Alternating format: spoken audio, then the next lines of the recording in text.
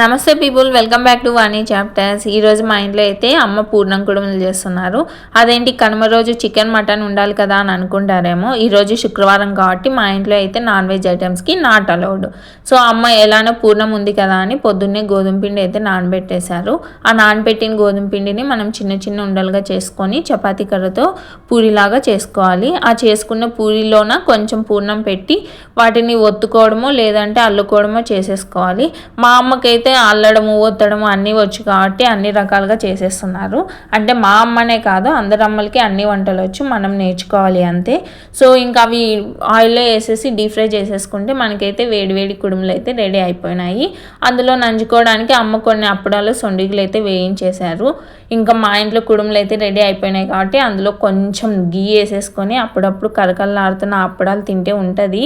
సర్లేండి, మీరైతే వీడియోని లైక్ చేసి ఛానల్ని సబ్స్క్రైబ్ చేసుకోండి. Bye bye.